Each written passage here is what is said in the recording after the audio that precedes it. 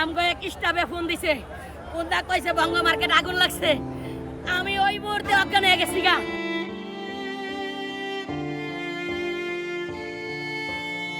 কেনাকাটায় 100% পর্যন্ত ক্যাশব্যাক জিতে নিন BMW সহ হাজার হাজার পুরস্কার। ভাই 3 লাখ টাকা নগদ তুই গেছি ভাই, মার্কেটে কালেকশন করছি।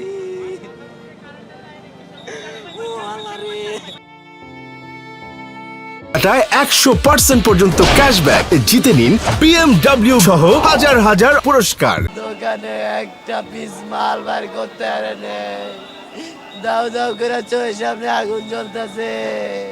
লাখ টাকার উপরে ঋণ নিয়েছিলাম, পরিকল্পনা ছিল আরো 10 লাখ টাকা মার্কেটে বাকি। কিছু মাল বের হয়েছে, কিছু মাল বের হয়েছে, আরেক দোকান চলে গেছে, চলে পুরো শেষ। যে নিঃশ্বাসটা এটা নিতে খুব কষ্ট হয়ে যেতেছে আমাদের। সব পুড়ে আছে ভাই, কিচ্ছু নাই ভাই, কিচ্ছু নাই ভাই, আমাদের সকালে কিচ্ছু নাই ভাই।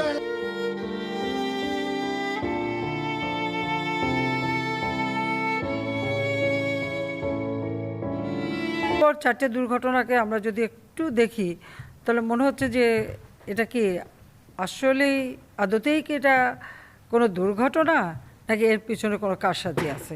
মানে 6টার পরে আগুনটা লাগছে, তো এটার উপরে নজরদারিটা বাড়াতে হবে। অন্যান্য মার্কেটগুলিকেও সতর্ক থাকতে হবে এবং সেখানে সকলে নজরদারি বাড়াতে হবে। এবং দোকান মালিক সমিতি তাদেরকে আমি বলবো যে একটা সময় আগুন লাগছে, তো ওই সময়টা তাদের পাহাড়ের ব্যবস্থা করা উচিত। তাদের প্রত্যেকের দোকানে তাদের নিজস্ব লোক রাখা দরকার এবং তাদের সতর্ক থাকা দরকার। এবং আগুন লাগলে সাথে সাথে আগুন নিভানোর জন্য যখন ফায়ার সার্ভিস যায় বা তাদের নিজস্ব ব্যবস্থাপনা থাকে সেটাও করতে হবে। আর একটা ঘটনা ঘটলে এই দেখার জন্য মানুষের ভিড় এটা কমাতে হবে।